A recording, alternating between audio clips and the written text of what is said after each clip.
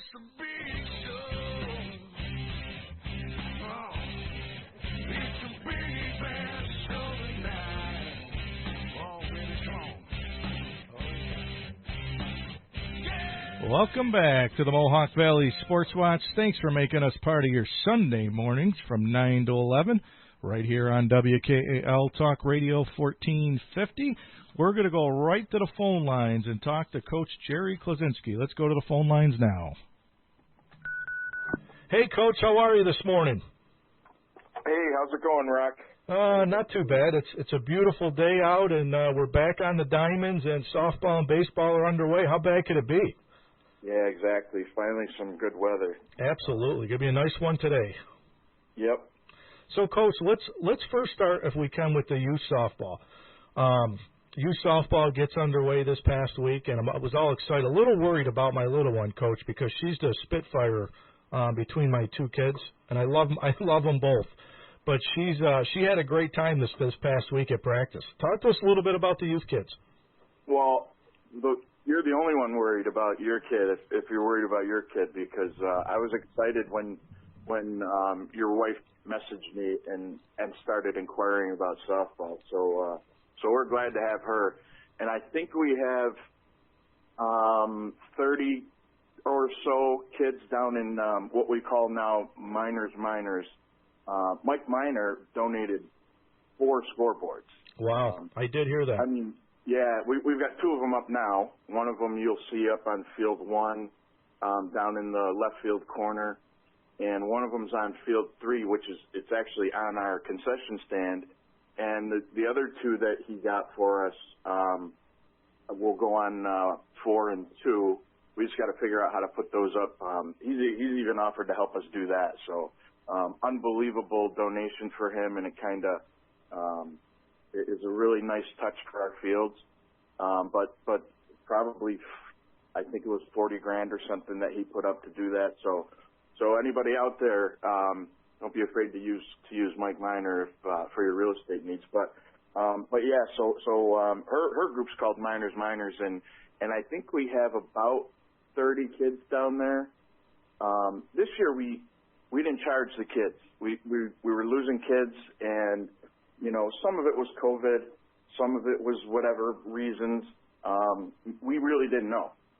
So we wanted to start taking out some variables, and the first one we did was money. It used to cost about $65 to $85, depending on the level. Yep.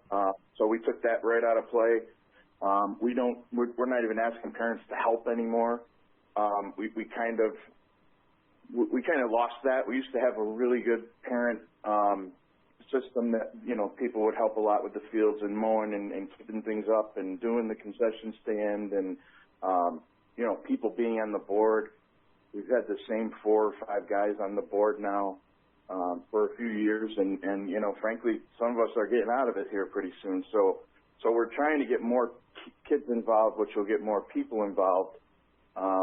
Hopefully, now, for instance, with your daughter's group, we got some great guys down there. I watched them a couple times last year. They're baseball guys. They know what they're doing fundamentally. Your kid's going to have a ball this year. I did not hear one, negative word regarding those guys. So Brian and his crew, they do a great job. And then at the 10U, we do a coach pitch now. I was against that, going all coach pitch, but that's what we're doing right now, just to get kids a little more success. It's hard to have pitchers in softball. Yep. Really hard. Now it can be done, and we did it back in the day a little bit.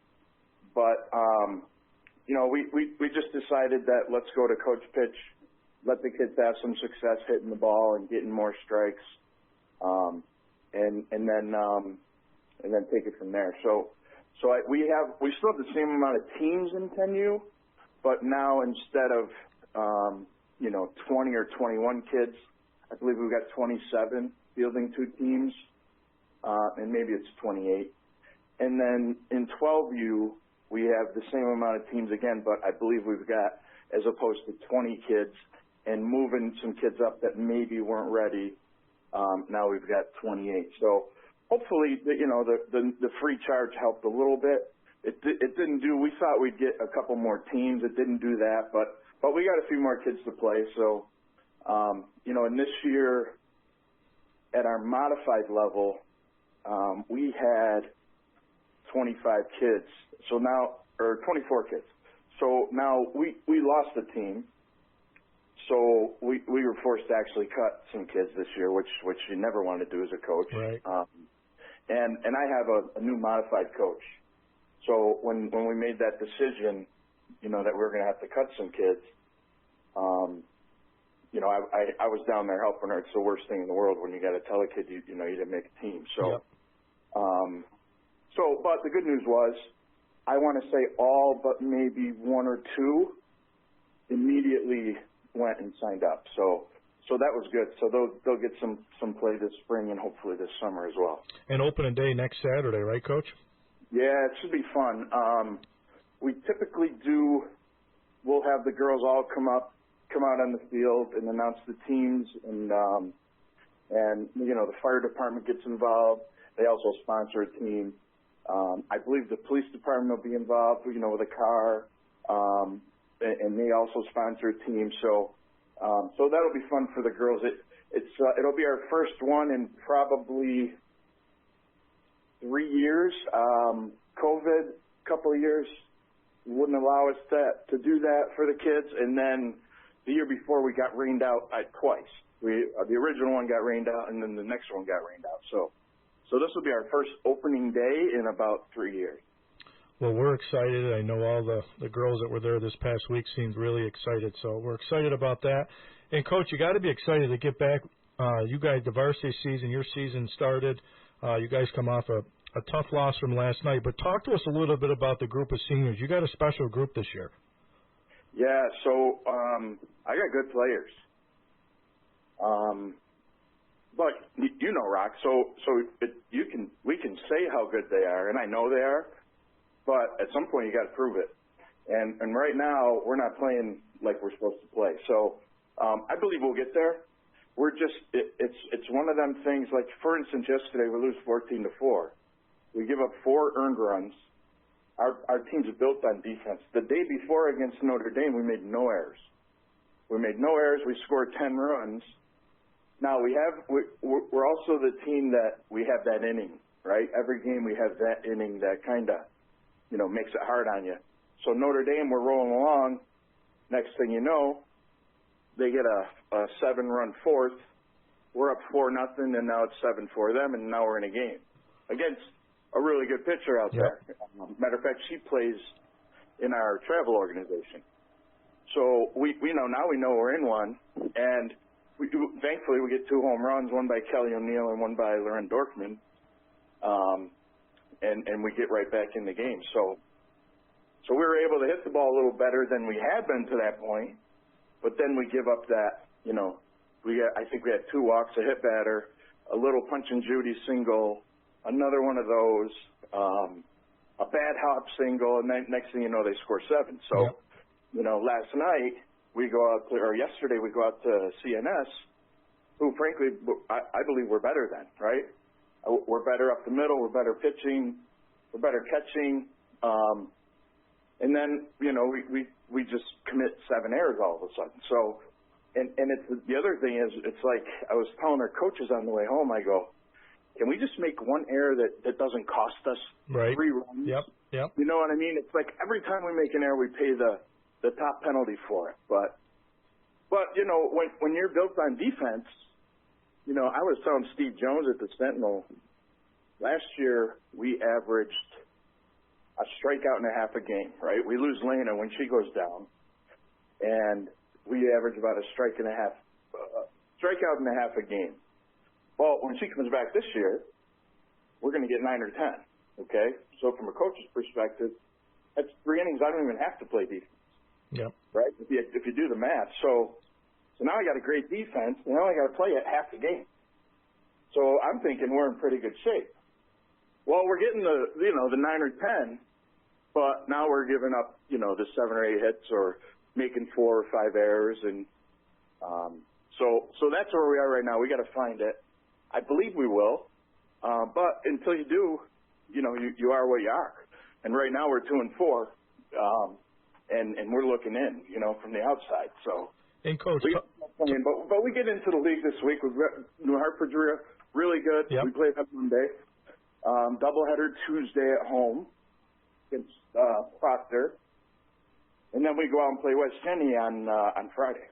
Yeah, and I was just going to say, you're mentioning New Hartford, and, talk to us a little bit about that TBL, because New Hartford's always good. You got Whitesboro there, and Camden's off to a really good start. Talk to us about the league.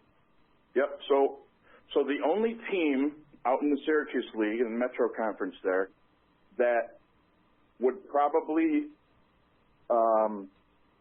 be favored, how do I say this?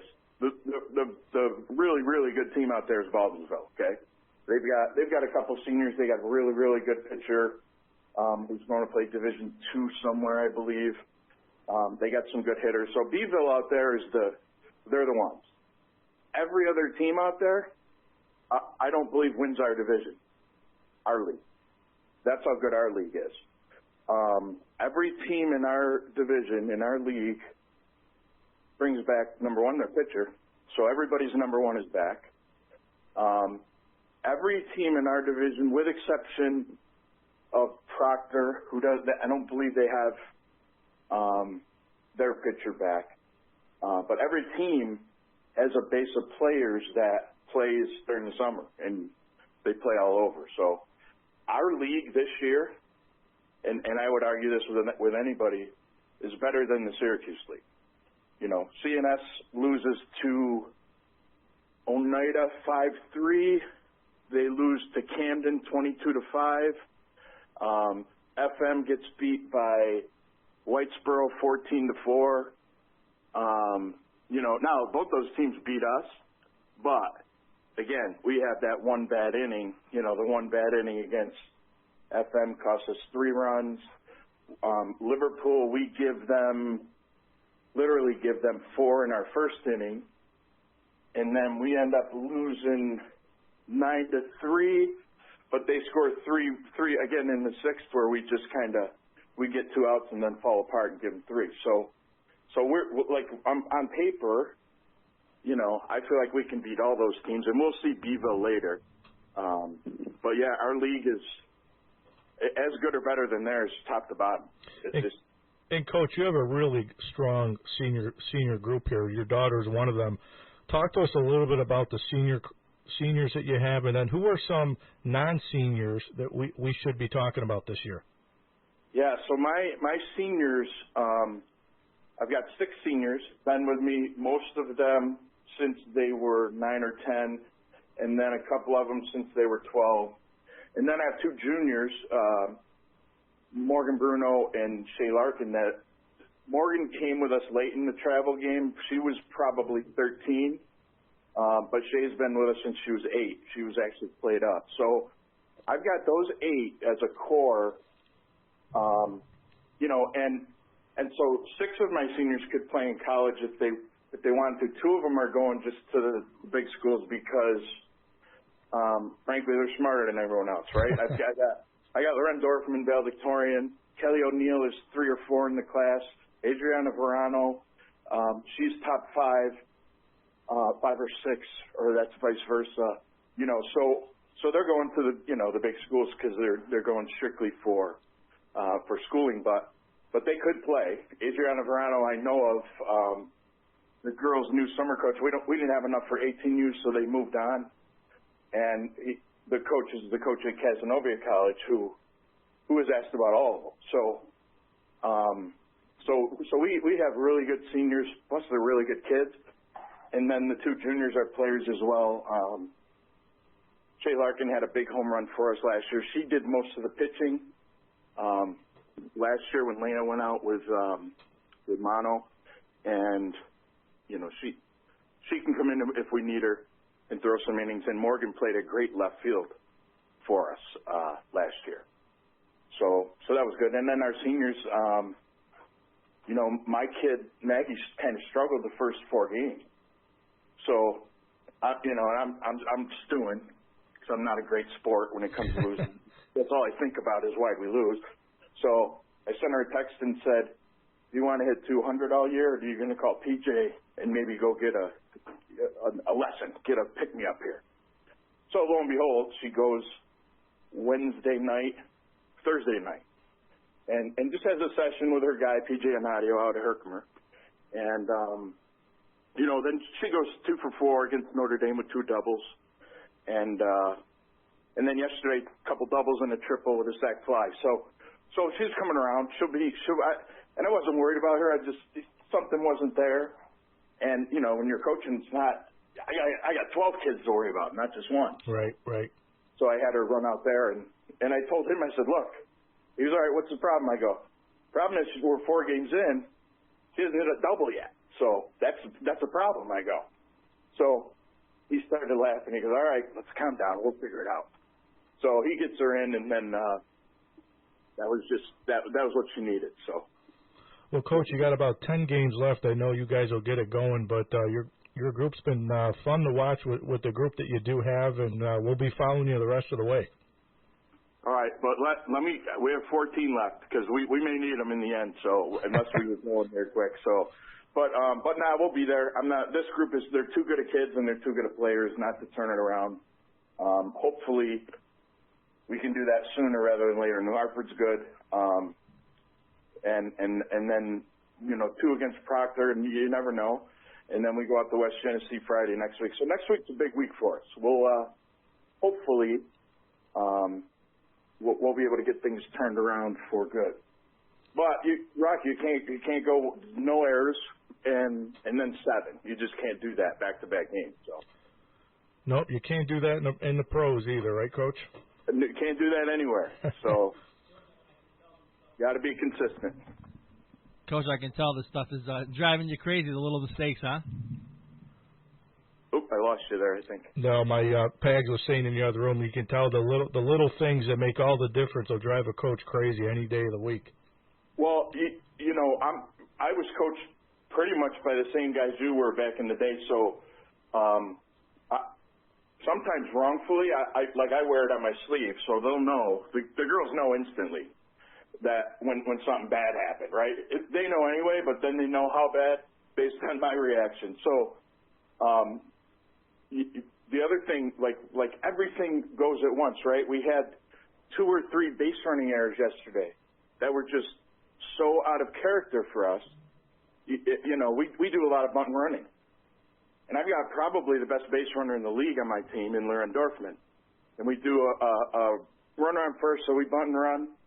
And a lot of times it's hard for these kids to get back and cover third. So when that happens, we take third. Well, she comes about halfway and then decides to stop. We've done that 100 times where we go first to third on a bunt. And, now instead of runner on third and my best hitter up, I got 2 outs with no one on. We end up getting into a double play. So, things like that by one of our senior leaders. We had 2 outs. Huck's on, we're in a big inning. We just scored a run, and then somebody hits, I can't remember what it was. Oh, it was a short fly ball with 1 out. And then she thought there was 2. So she comes running. Of course, they double her off, take us out of the inning. So things like that from kids that they never do that. You know what I mean? It's just happening now. And then, in between, she goes, Coach, I just want to tell you, it's not an excuse. And I don't have kids that make excuses. So she goes, it's not an excuse. But I thought there was 2. I go, yeah, I get it, Huck. The problem is you can't think there's 2. You got to know there's 1. That's where we are. But takes you right out of innings. At the time, let's see, I think it was 3-1 or 4-1, something like that yesterday. And we're in the midst of an inning, and now we're not. First inning yesterday, my left fielder, Morgan. Morgan she's not a good left fielder. She's a great left fielder. She made 50 plays for us last year that there's no way she should have made. Line drive right at her. Their girl on second, they had first and second, no outs. She catches the ball, it comes out of her glove. We had her double play. So they get 4 after that. So those are the things they never happened, and now they're happening, and here's where we are. So, do I think Morgan Bruno's, can't catch fly balls anymore? Of course not. I know she can. I watch it every day. But those are the things during the game we absolutely have to do in order to beat these teams, because we're not going to score 1 million runs. We'll score enough to win if we make the plays. Well, Coach, I'm sure you guys will turn the corner. A lot of games left to go. So best of luck the rest of the way. I'm up against the clock. Always good to talk sports with your partner. All right, thanks. Good. Hey, good job, guys. Love the show and keep doing the great work. Absolutely love it. Also love when you go back and forth about who's going to win in whatever league it is or the new coaches. So keep doing it. Appreciate it, Coach. Love the guys. All right. Awesome. Thanks, guys. Thank you. Go Knights. You know what's